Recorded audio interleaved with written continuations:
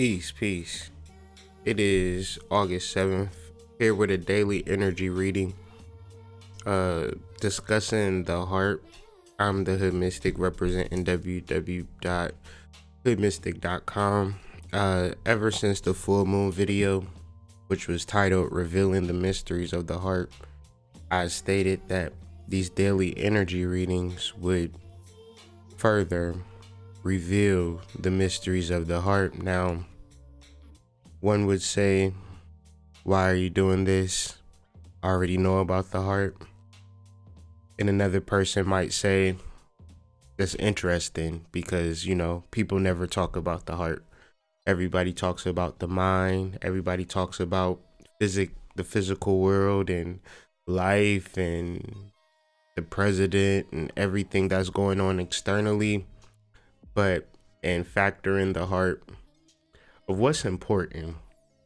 So if we're going to backtrack and we're going to abstract and we're going to figure out, okay, what connects me to you, to her, to him, to them, is this heart that beats all of us in this moment, being conscious, being aware. And so how deep can we discuss the heart? How much can we discuss the heart? Do we talk about the heart every now and again, somewhat familiar with the heart? Or do we get deep down into the heart and fully understand what our heart is, what our heart isn't, so forth and so on? So that's what this series and daily energy reading speaks to.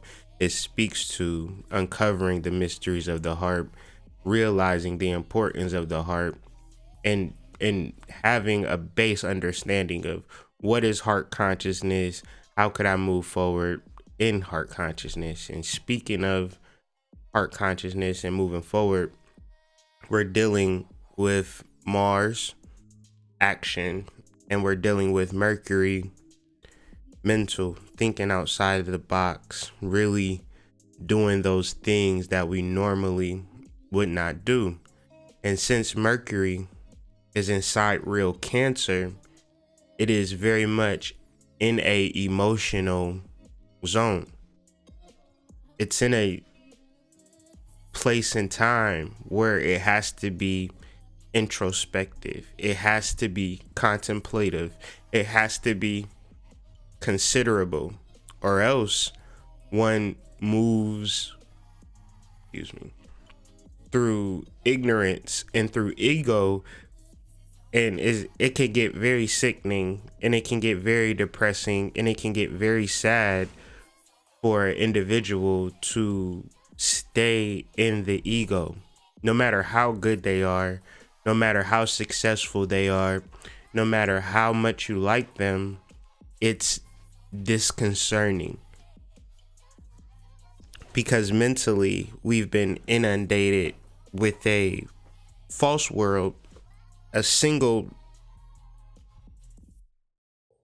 just a section of life. But that small section of life is very wide and vast to us. And so in this world, we could do anything. We could go anywhere. We could explore any and every city, town, state, country. We can start businesses. We could do all types of things in this world.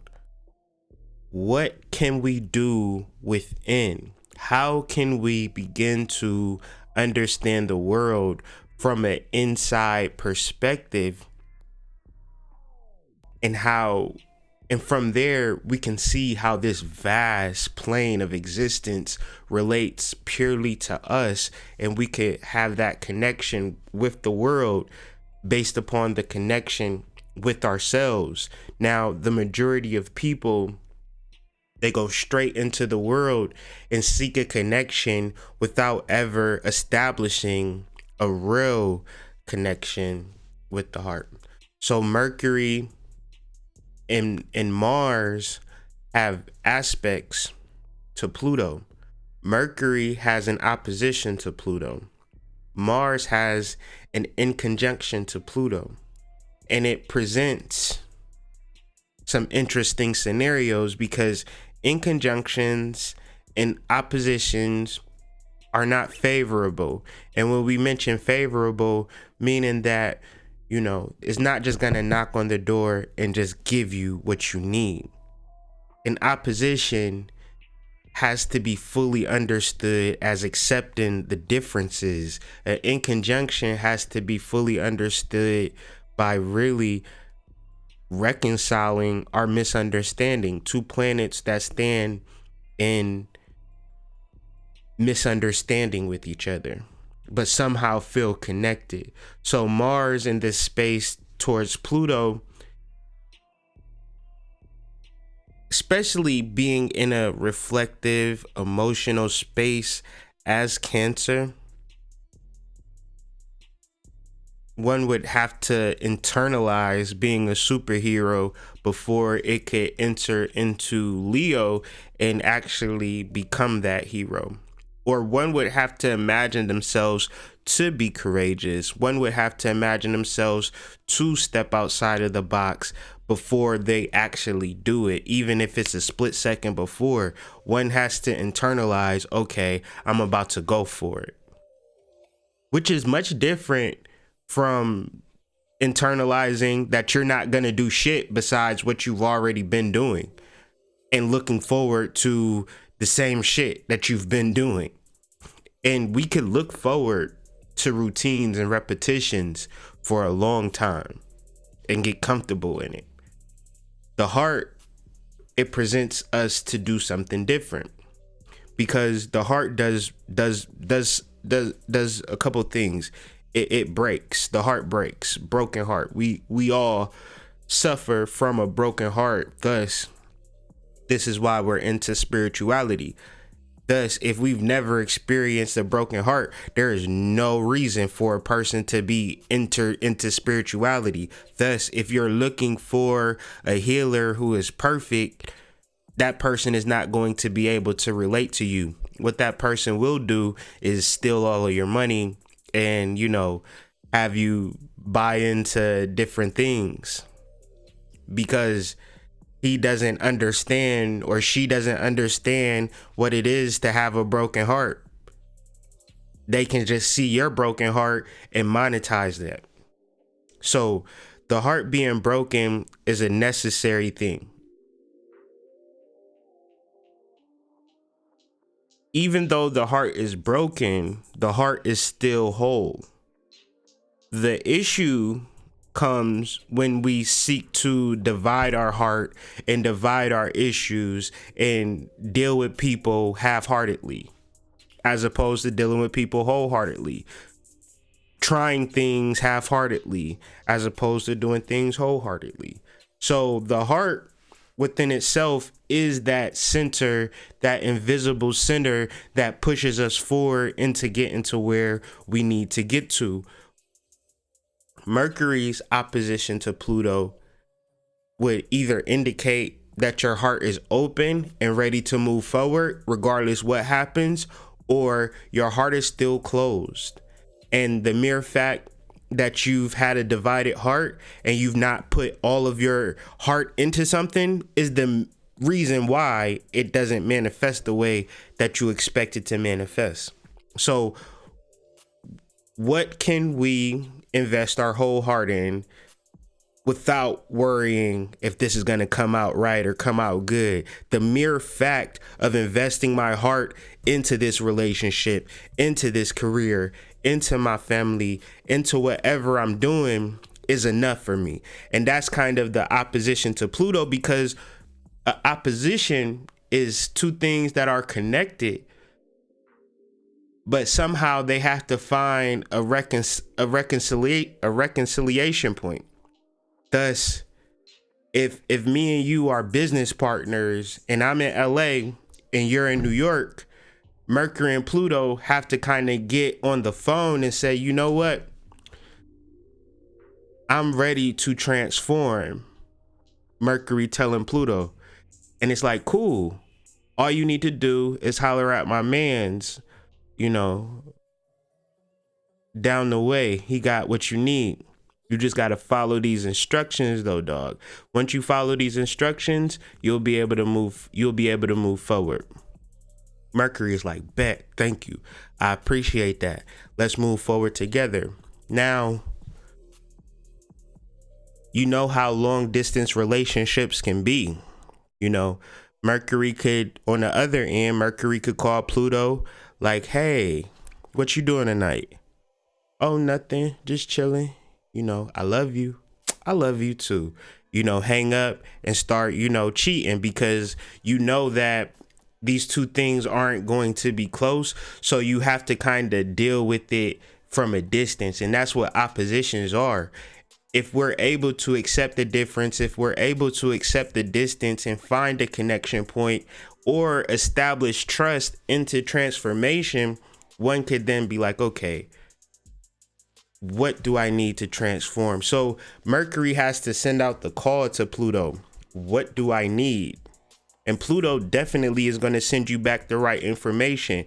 The problem with oppositions is that since we look at the distance of a particular situation, that's the resolve. Oh, it's far away.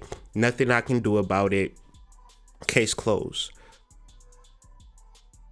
But you would want to have a heart to be to think of a way for you to reach out into those long distances, as opposed to just being confined to what you see and what you are and everything. Like, seeking deep within the heart should open you up to long distances, to see further than you once thought you could see. And this is the whole idea of the heart. So I would then have to get into, what is a heart? Esoterically speaking, understanding what is a heart. A heart is a hollow muscular organ that circulates blood.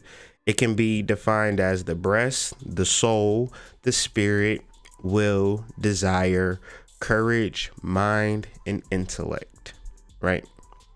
So the heart is love.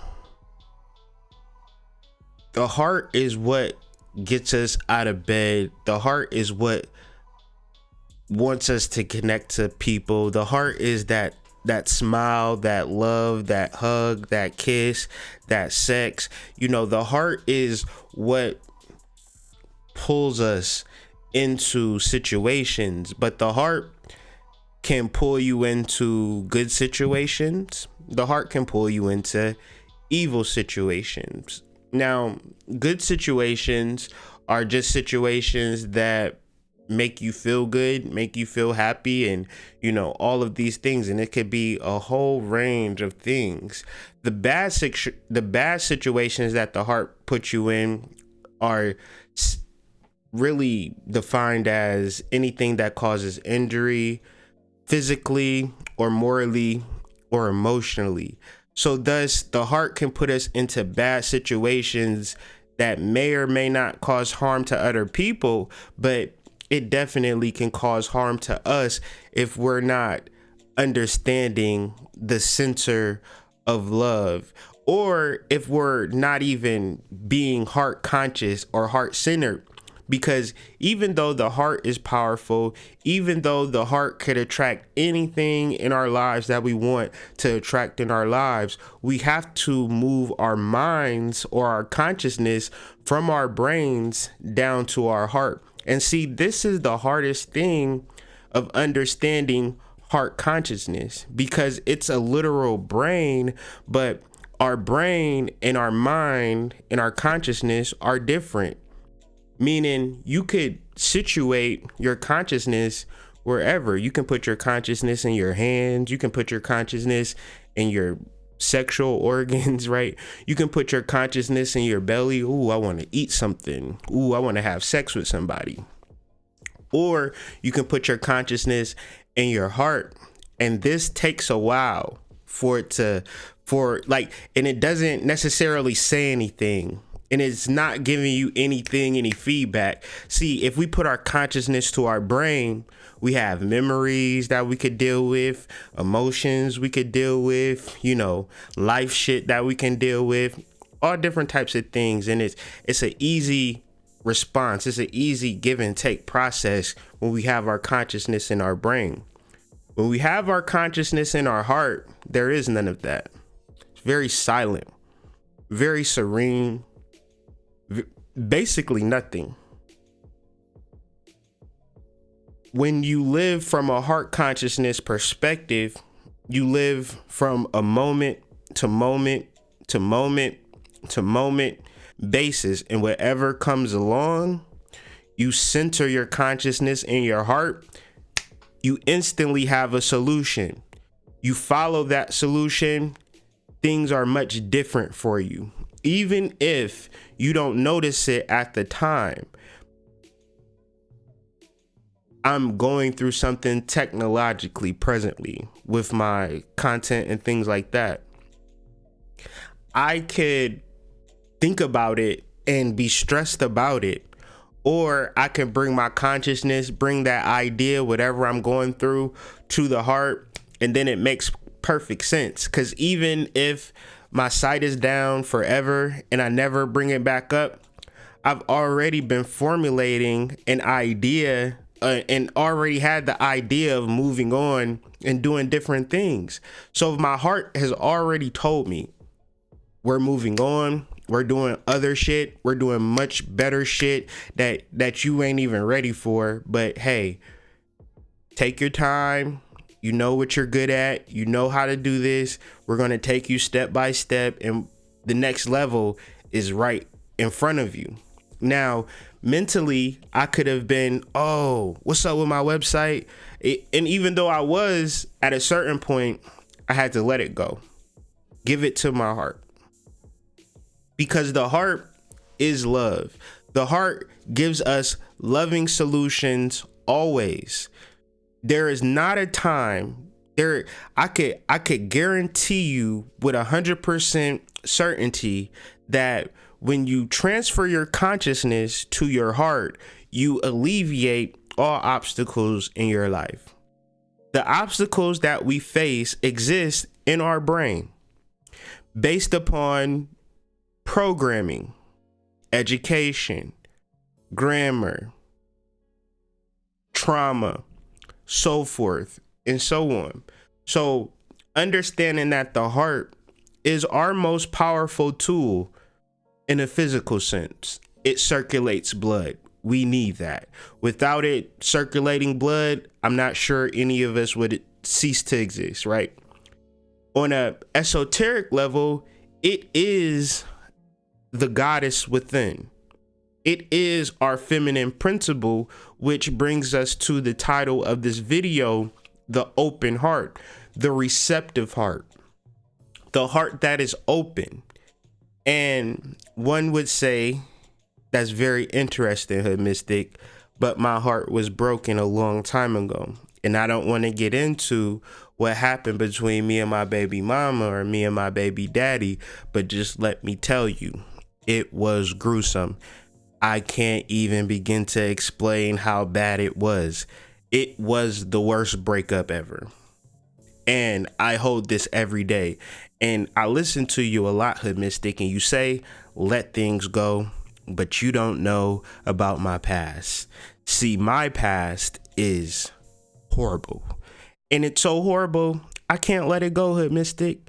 And I know you say it all the time, let your past go. You even mentioned that you had a rough past and how you let it go and things like that. But see, my past, it's a doozy.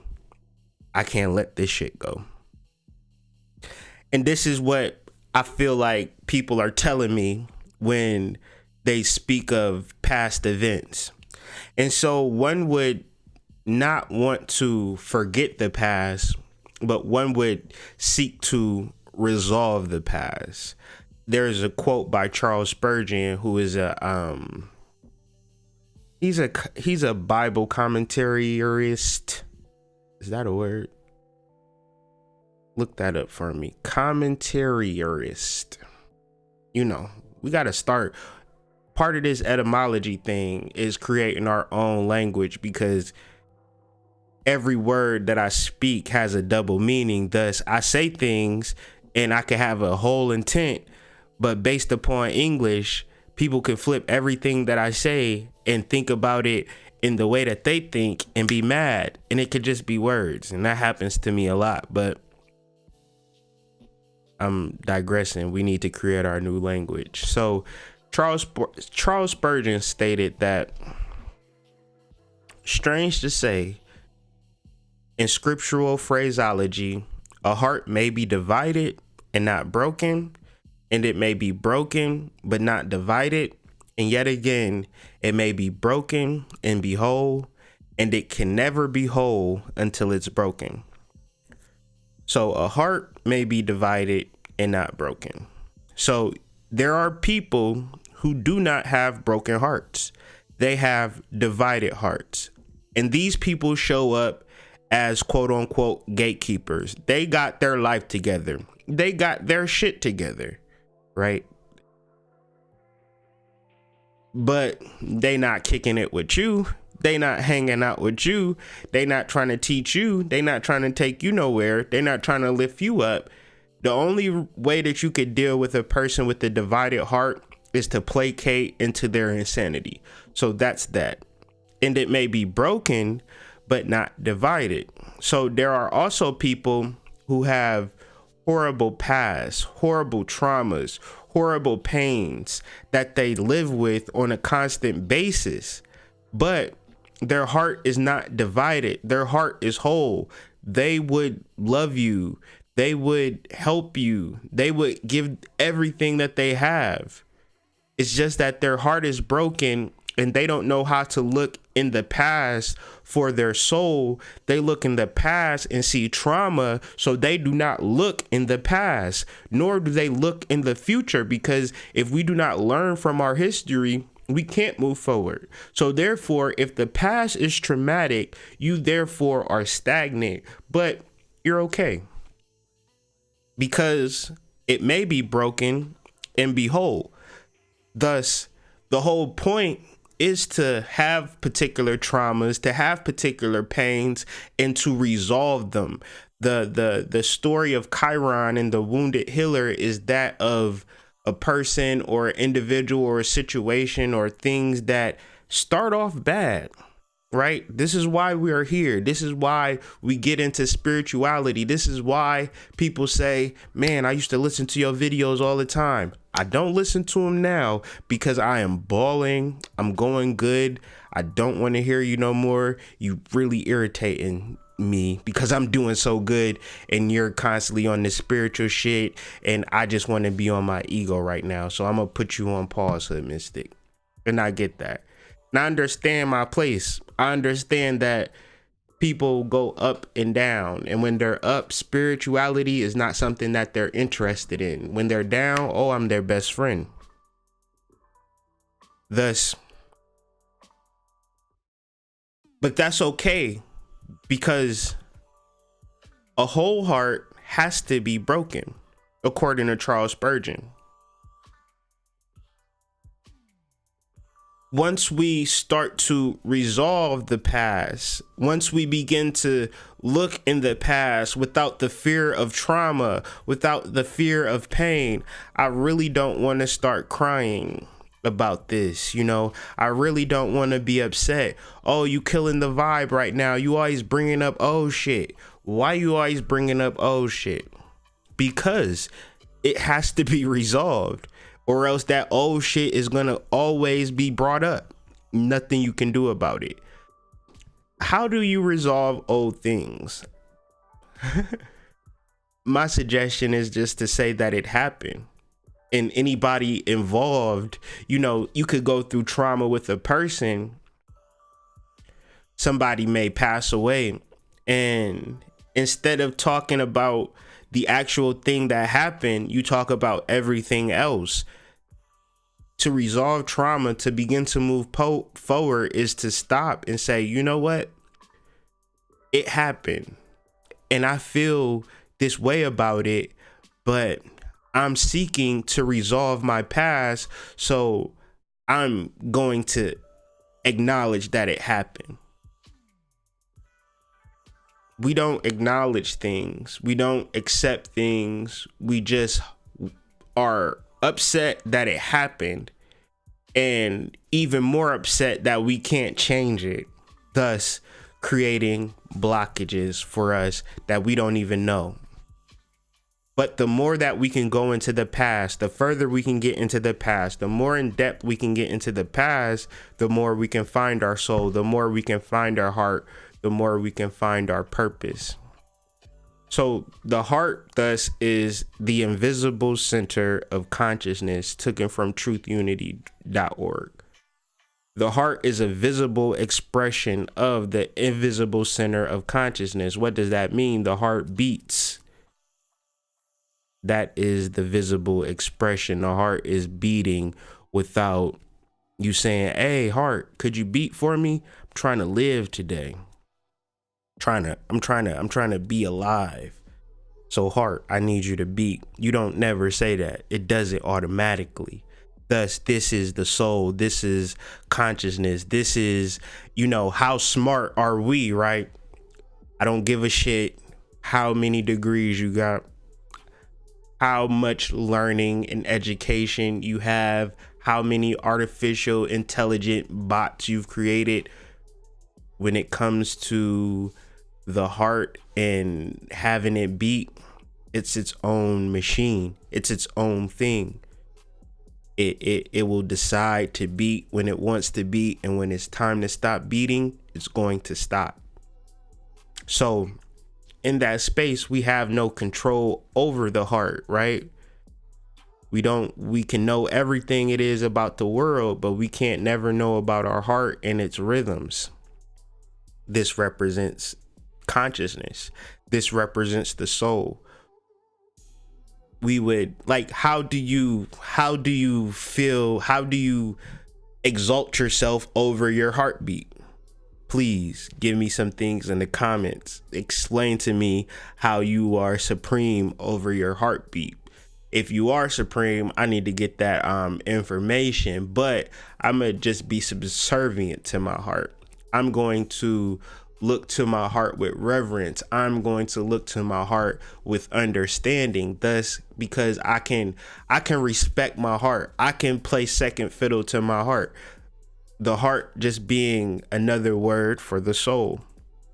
And so as we've been discussing the soul and this and that, the soul this, soul that, and then we talk about the heart, I could be talking about something different, but I feel as though I'm talking about the same exact thing. So can we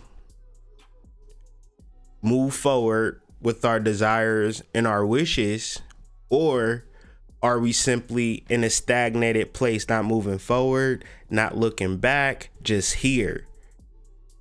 Because that trauma is creating the blockages. So it's okay. It's okay to acknowledge things. It's okay to accept things. It's okay to say, you know what? It happened. A good exercise, something to really move you forward, is to look at everything traumatic that's happened in your past, write it down, and after it, write, it happened. I was molested. It happened. I was beat up. It happened. I was bullied. It happened. It happened. One could say, I did not want it to happen. One could say, I do not understand why it happened, but one cannot say it didn't happen. So by acknowledging things, by accepting things, one begins to resolve and untangle the strings that we have all tangled up and knotted up inside of us. So we could begin to radiate and permeate that which is within from the heart, that invisible consciousness, and it be pure and fully understood. And if a person says, I'm not about to listen to you, Hood Mystic, because you used to sell weed. You used to sell weed sacks up and down the block. Why should I listen to you? Why should I listen to you and you always be making jokes on social media? All of these different things of why a person isn't and why a person isn't that.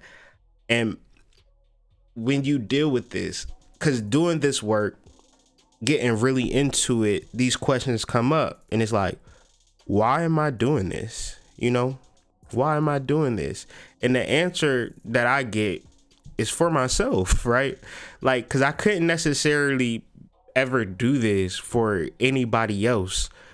What I can do is say everything that I'm talking about, I'm doing it personally, and this is the actual results of why I'm doing it. So why am I doing it? I'm doing it for myself. You can say whatever about me in my actual past, but I'm so deeply connected to my past lives that don't have nothing. Like, you could mention something that I've experienced, that I've been through in my, like, I know you from Canton, you used to be this, that, and the third. I would laugh at you, you know, and people like be really trying to peer into, you know, how can you ruin me or take me down, or like, I take my own self down. I'm not even here to be built up. I'm here to, in this moment, in this space and time, to find my heart. And when people suggest or ask, like, what do I suggest or what should I do? You really need to internalize yourself so deep that you have no confusion internally of who runs the show. Now, mentally, your brain, you could be brain dead and still be alive. You can't be heart dead. You ain't never heard, yeah, his heart's not beating, but his brain's working.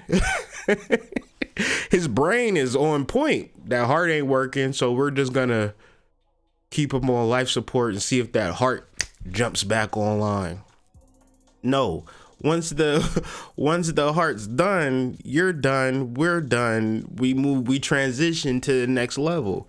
Thus, what's more important? And so as we are looking at the open and receptive heart,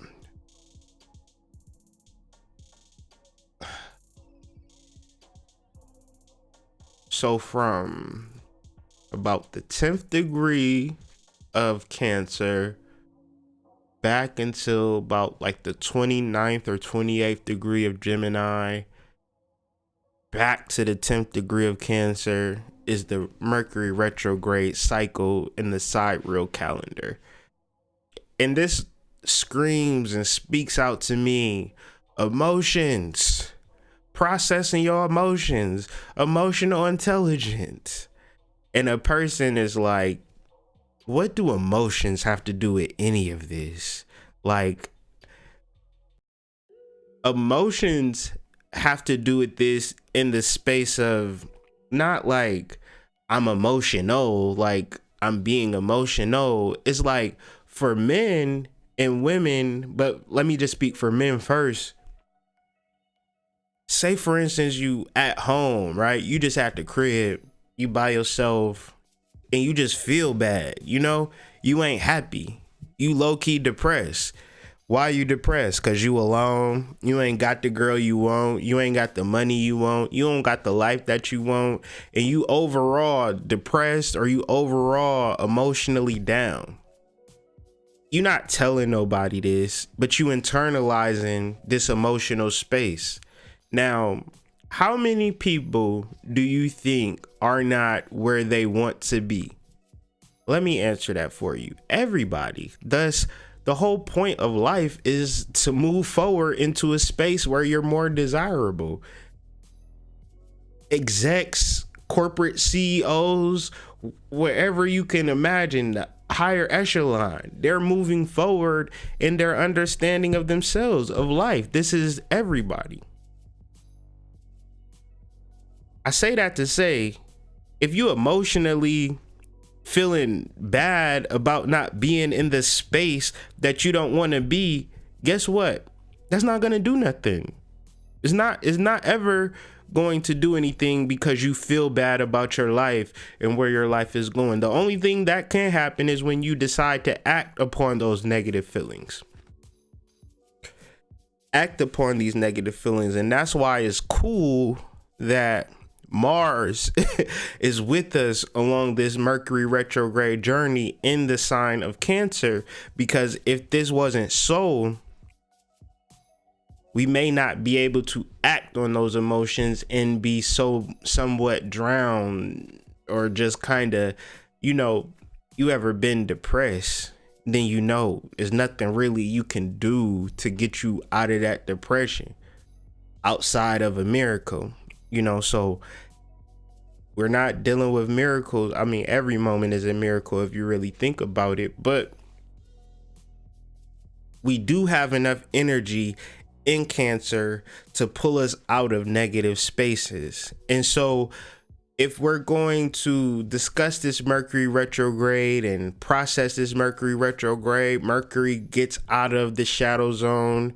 It's going to be fully out of shadow zone once this full moon hits. And so there'll be a line, there'll be an understanding. There's a lot of things going on in the world. There's a lot of isolation in the world. It would be one thing if we're all talking about things and getting accurate information and we know what's good with everything. That'd be something. But that's not the case. Everything's separated. Everything's isolated. You don't know who's lying. You don't know who's telling the truth. And if you caught up in that, it's like a smorgasbord. There's no telling where you're going to end. The only thing that you could really be sure on is that heart beating, right? Can you be sure about that heartbeat? And I mean, that's the only thing that we could be sure of. And if that heart is beating, that's an indication that the soul is active. And one would have to be reverent to that heartbeat and listen and say, damn, what is being said?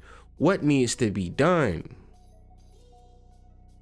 What people don't do is take that day or two to just sit back and analyze, to sit back and write and process the past, to do personal inventories, to say, I want to be this and these are my action steps to get there. What happens is I want to be this and I'm not going to do shit about it and I'm going to just wait for it to happen. Yeah. And since it didn't happen the way like that, I'm going to feel bad about that. So one has to begin to process and understand that the messages that come from the heart are there, but we have to be patient and quiet and open enough to receive them. We know about an open mind, right? We know about open heart surgery, right?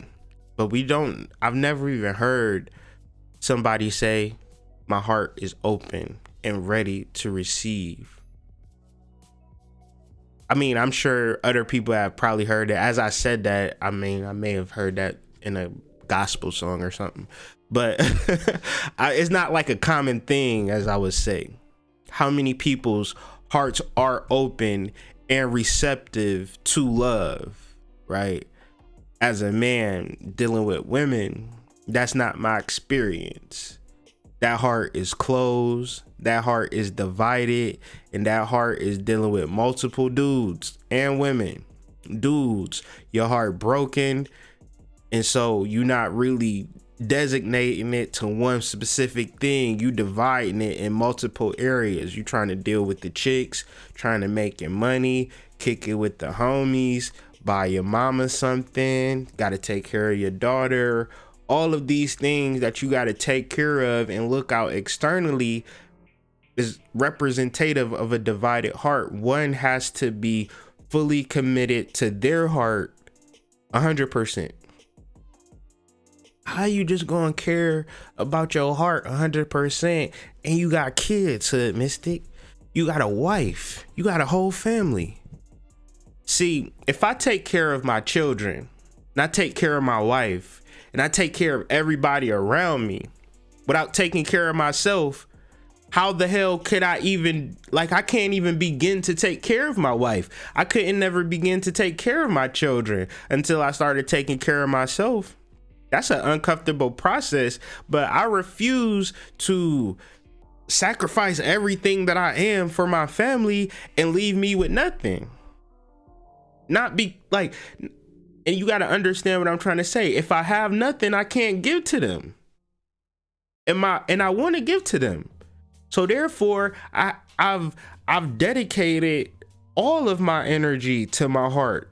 I've vibrated on this heart consciousness frequency for so long that I gotta start talking about this shit, because I'm tired of being in this space by myself. I'm tired of dealing with mental people, mentally processing shit, looking at the world from the brain. Man, what if your brain is dead? Like, what are you, like, your brain, like, you're thinking with your brain and you're not thinking with your heart. But you can think with your heart. You can think with your stomach. You ever heard the phrase, yeah, you're thinking with your dick, or you're thinking with your lower extremities. So we can all think in various different ways and utilize various forms of consciousness and bring it to the surface. What I've been doing since y'all have known me, since y'all ever seen me, I've been operating from this heart consciousness sphere, from this heart consciousness understanding, constantly giving, always seeing love. I can't help but to love you and to care about you and to connect with you in that way, however you want to connect with.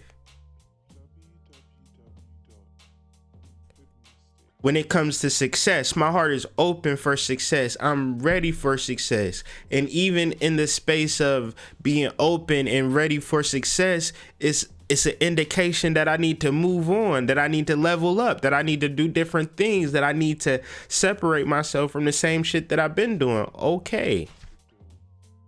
Maybe it wouldn't have happened by myself, but it's definitely happening now that, you know, I'm going through these technological issues. Thus, since my heart is open and receptive, I'm looking at everything as a win. Oh, my sight down, win. Now I can really focus on this new endeavor. Now I can really go hard, because if I'm trying to balance, I got a divided heart. I'm trying to do Hood Mystic, this, and then this new project is like, and I was telling my wife right before I went to bed, I don't want to start and divil dabble with it. If I start, you know how I am, I'm gonna go all the way until it's finished. She like, yeah, I know how you are. And that's okay. So whatever happens in that space, when I go to sleep and I wake up and I'm having technological troubles, my car not running, they locked the door for the goddamn my job, I guess I don't have to work there. If I'm going to work and ain't nobody there and, oh, I'm running late. You really running late because I'm gone. Like, everything will happen for you, but you gotta be okay with your expectations not being fulfilled. And you got to be okay with giving your 100% into what you want. Thus, if you want it, you'll give 100%. If you don't want it, you'll give 50, 25. Excuse me. You'll just get whatever you want to give. You know, you'll give what you want to give. And that's it. People who know me personally, I'm extremely distant. I'm an extremely distant person, because I can't divil dabble with you. I can't play little footsies with you and do nothing like that. I'm just not the one. I love too hard and I love too real, and that divil dabble and that petty stuff and that, you know, you kind of cool, you know, kind of like you a little bit. I don't do that, nor do I judge. So as people would judge you, people would be real petty with you, people would divil dabble with you, you know, play these little petty games, and it's like, man, my heart too open for that. My heart too strong for that. I'ma love you too much for that. And when it comes to relationships, there has to be give and take. So if I'm a giver, I can give, but I'm also going to have to take, or I'm going to have to receive too. And personally, I can do things at a level. I can do things within boundaries, but once you get personal with me, it's like, okay, it's all or nothing. And I'm perfectly fine with that. It's just that other people aren't, and I'm okay with that too. You just got to create those boundaries and create those safe spaces, because you know the type of lover you are. You know the type of heart that you have. My heart is going to give you everything that I have, you know. And as far as partnerships, one would have to just wait until I found the person who's at that level of me, who has the same heart frequency and is giving and is trying to give to me too. And so we give to each other, and that's how we're able to grow. But it's a level of reception, right? I if I give my wife all of my energy, then she has to think about giving me energy too. And she does, and I do. In that space, we grow. In that space, we have open hearts, and we're ready for whatever happens. And we're not thinking about, oh, I'm about to break up with this dude, or I'm about to break up with her. She getting on my nerves today. You don't think she get on my nerves? You don't think I get on her nerves? So it's a level of commitment. It's a level of devotion. It's a level of like minds that really allow for this open heart to kind of really resonate at its deepest, truest point. And one would say, you know, but I've had a hard life and don't nothing ever work good for me, and da da da da da. And I'ma just ask, have you been centered in your heart for a sustained amount of time? That's all I'ma ask you. Because I guarantee you, without a shadow of a doubt, 100% accuracy, if you take your consciousness from your head to your heart, there is your answers. I guarantee you, without a shadow of a doubt, money back guarantee, even though you didn't pay for nothing. I'm just saying, heart consciousness is where it's at. Give me a moment, fellas, ladies.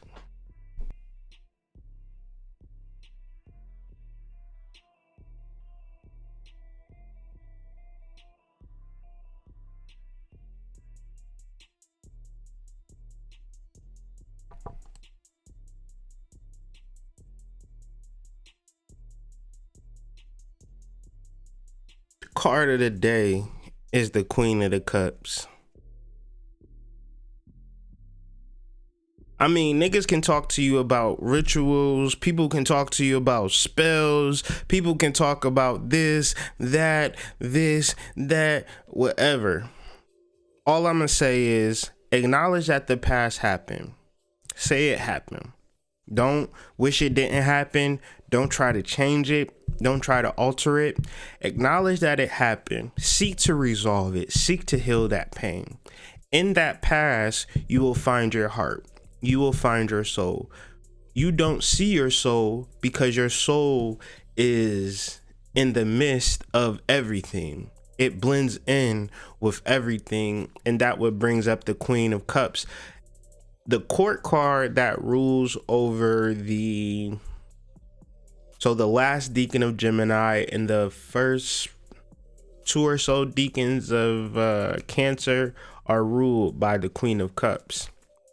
The Queen of Cups, Thoth describes the Queen of Cups. If you look at the card, it's like this figure, but you can't really necessarily see. And you know, I've been dealing with this deck for years, and just yesterday I looked at this card deeply. Like, if you look deep, you can kind of see a face. Like, not kind of, you really can see a face. And I'm like, oh shit, I've been looking at these cards for all this time, and I just thought like it was just this figure. You just get caught up in this card, and you don't necessarily, like, I've never even paid attention to it, but it's a face there. It's an actual queen there. So the Queen of Cups, like the heart, blends in with the surroundings. She could hardly be seen. So if you're gonna make a card, and have the figure be somewhat veiled or hidden, what is the author's and the artist's point of writing out a card like that, right? Why is the Queen of Cups veiled? Why is she somewhat hidden? What's the reason for that? Like, what does that mean, bro? Like, what does that mean? What it means is that you can't really understand the Queen of Cups from an intellectual level, but you could feel the presence of the Queen of Cups. You can sense it's a woman. You can tell it's a feminine energy. You can tell like it's a figure on this card, but you don't necessarily see it, but you can feel it. This is the heart. This is the soul. This is what Mercury is looking for through its retrograde. Retrogrades teach lessons. So minus you not answering your cars or IT coming to your job to fix your internet, that could be retrograde. But esoterically, retrograde teaches lessons because we sat back and was able to contemplate. Contemplate is a good word because that kind of ties into the Queen of Cups as well. Con is a prefix that means together. Template is not like a template, but it's just temple. So to be together with the temple, to be one with the temple, when you contemplate, you are one with your heart. How much of you niggas are contemplating? Like, how many of us are contemplating rather than thinking? Staying in our mind, thinking with our brains, processing shit with our brains. Stop.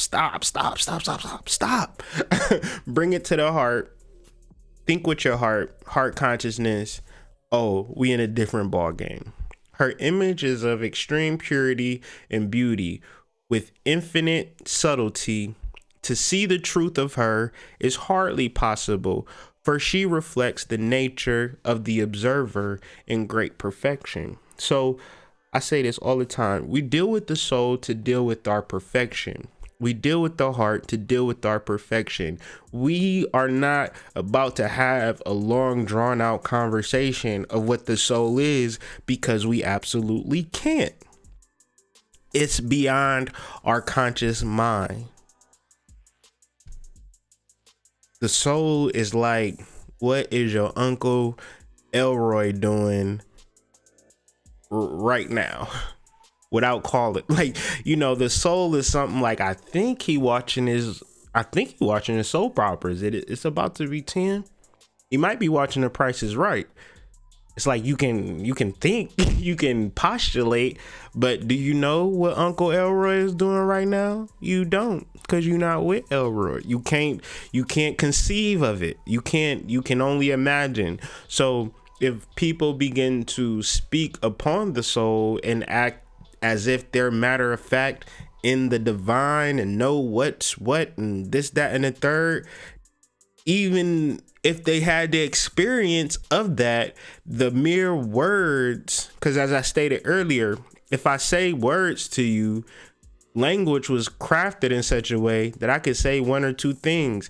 Thus, you know, I could say shit, and you don't know if I'm talking about feces or if you don't know if I'm talking about how good the food is. Like, this food's good as shit. Like, you don't know the difference. And I could go on and on and on and on. Every single word has 2 different, 3 different, 4 different, 6, 7, 8 different meanings for it. Thus, this is why the soul stays in a space all within itself and it stays perfect. Because if niggas and if people could conceptualize it and speak to it and bring it down to this reality, guess what they would do? They would defile it. They would erase its perfection. And I don't know what we would do. We would have no solutions in this world. We live in a world where the heart is the solution, the soul is the solution. But how many people are dealing with it? How many people are talking about it? Does anybody get on here and discuss the subtleties in the understanding of consciousness and how it relates to you and how you relate to the world? Or do they just say the world is perfect and you're not perfect, and that's the problem? If you become perfect, you'll become one with the world. The world is not perfect. The world is flawed. What is perfect rests within every single beat of your heart. Every time your heart beats, it doesn't beat. It's like beat, and then it's a silence. That silence between each beat is the perfection of the soul. And even as I'm saying that, just leave it there. Don't try to take it deep. Don't take it no further. Just leave it there, because if you don't understand how your heartbeat is perfect and how your heartbeat has sustained your ass for 30, 40, 50 years, then I'm done with you. Cause you wasn't worried about your heartbeat. You was worried about going to college. You was worried about getting some sex tonight. You was worried about saving the black people. You was worried about whatever. You wasn't worried about your heart beating. So let him have that. Let her have that. Let the goddess reign supreme, because you couldn't conceptualize or mentally, even if you could, even if it was your responsibility to keep your heartbeat with conscious understanding, you would figure out something more important than your heart beating and then thus die. So we couldn't even save ourselves if we could. Thus, we have to stop and give reference to the soul, because the soul is keeping this shit going. And the soul might know shit. The soul absolutely knows more shit than we give it credit to, but we just take our consciousness out of our heart, put it into our mind. The Queen of Cups is able to receive and transmit everything without herself being affected thereby. I'm going to say that one more time. The Queen of Cups is able to receive, and transmit everything without herself being affected thereby. Thus, the heart can receive messages. So you might have trouble, issues, serious shit, about to get evicted, car repoed, CPS knocking on my door. You can give all of that shit to the heart. And I gave you the worst possible scenario. I know y'all ain't even probably going through nothing that bad, so therefore you can most certainly give your little shit to the heart. Your little shit. So the Queen of Cups represents that first deacon of Cancer, and really being ruled by that Venusian illuminating principle. Imagine you thinking that you this crab this whole time, and then realizing, hey, I'm the whole ocean. A Bible verse that comes to my mind is in Psalms 23, when it speaks to your cup being overflowing. That was a Bible verse that, I think, like, cracking open the Bible, my first biblical memory was that of Psalms 23 and the idea of my cup overfloweth. That was my spiritual, that's when I got my spiritual cherry popped, if one would say. That was when I really had an abstract idea outside of physical life that I sat and meditated on, 5 years old, 6 years old, or whenever I could read, maybe 7, 8, something like that. And just sitting there and meditating on my cup overflowing. And I say that to say I've been really in that space for a very long time. So I give freely. I love freely. I love a lot. I give a lot. I love more. I have so much. My cup overfloweth. And this comes from the heart. Doesn't come from my mind. Very limited mentally, as you can tell, right?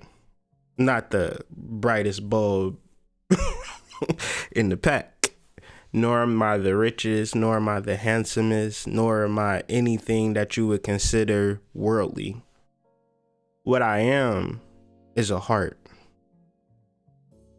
Or what I am is heart-centered. And I'm completely accepting of myself. And when I say I'm completely accepting of myself, I give my ego a back seat and give my soul a front seat, my soul representing my heart or that goddess within. And this is not a space where I sit in my basement and just talk for an hour, you know, and pat myself on the back. No, I might clean up the backyard or, you know, do some side work and do all types of shit throughout my day, but always feeling good about everything, accepting everything because I know that the soul is in control.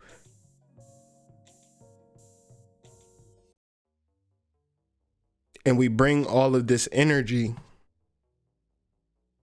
and it's far distance. So Pluto already far within itself. And so in opposition to the planet of Pluto, we're just really calling out to that transformation. We're really calling out and we're really seeking something beyond what the world is showing us, right? We're seeking a solution deep within ourselves because you know that the solution is very, very close. How do you know that the solution is very, very close?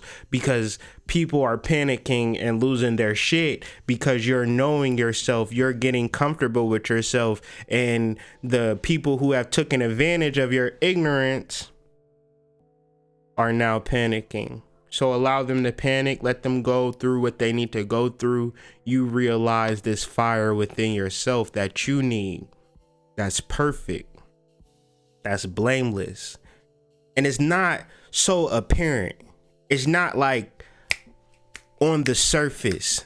This is the soul. This cup. Buy this. My weekly training videos will have you dealing with the soul in no time. Take this retreat down in Peru. Take this ayahuasca. Have you tripping, seeing shit. Now you're in good place. Get a lot of money. All of these things that's being promoted to you, sold to you, until you realize that, nothing. I don't want none of this shit. All that I want is me. Then you'll notice, that's the interesting thing before I wrap this video. That's the interesting thing. When you figure out this whole time that all you really needed was yourself, that's when the kids come. That's when the wife come and all of that type of stuff. You would spend your whole entire life being external, seeking for shit, seeking for validation, seeking for acceptance, and never really, and not even realizing that you had it all along. It was always within you the whole time. You never cultivated, realized it, or understood. You stayed in that mental mind control, brain warp, mind fuck zone that they got people in, that the external is where the validation comes, external is where the fulfillment comes, external is where the satisfaction comes. What about your heart? That does not matter. It doesn't matter that your heart is beating. You better come and get these Jordans. You better come buy this new house. By give a damn that your heart beating, girl.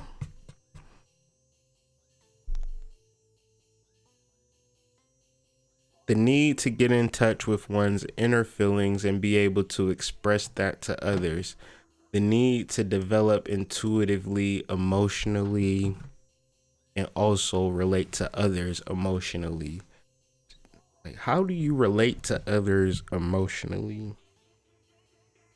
You be so honest with them and so true that you become either an attractant or a repellent.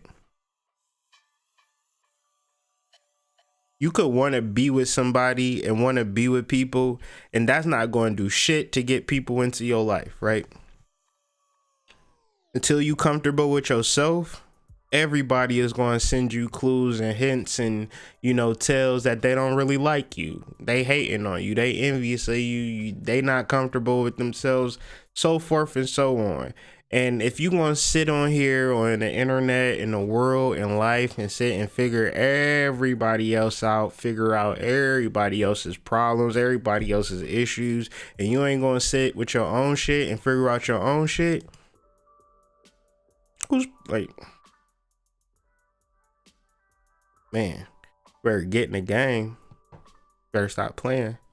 And understand that this thing is about you. This thing is about developing yourself and understanding yourself. And of course, you know, I've said that before, but it's so large and it's so vast and it's so huge of a claim and such of a difficult thing to do that I'll be doing this thing repetitiously daily and understanding this shit, because it's not like everybody's talking about, nor is it something very simple to grasp. So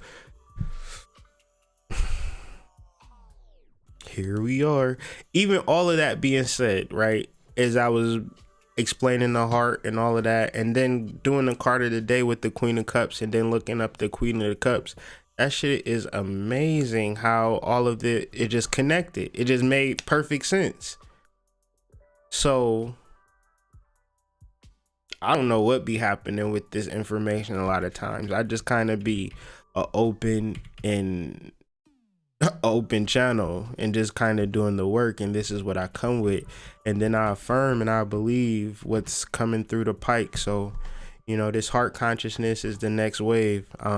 Any feedback, any dialogue in reference to heart consciousness, any things that we could do to collaborate and come together in various ways, please reach out.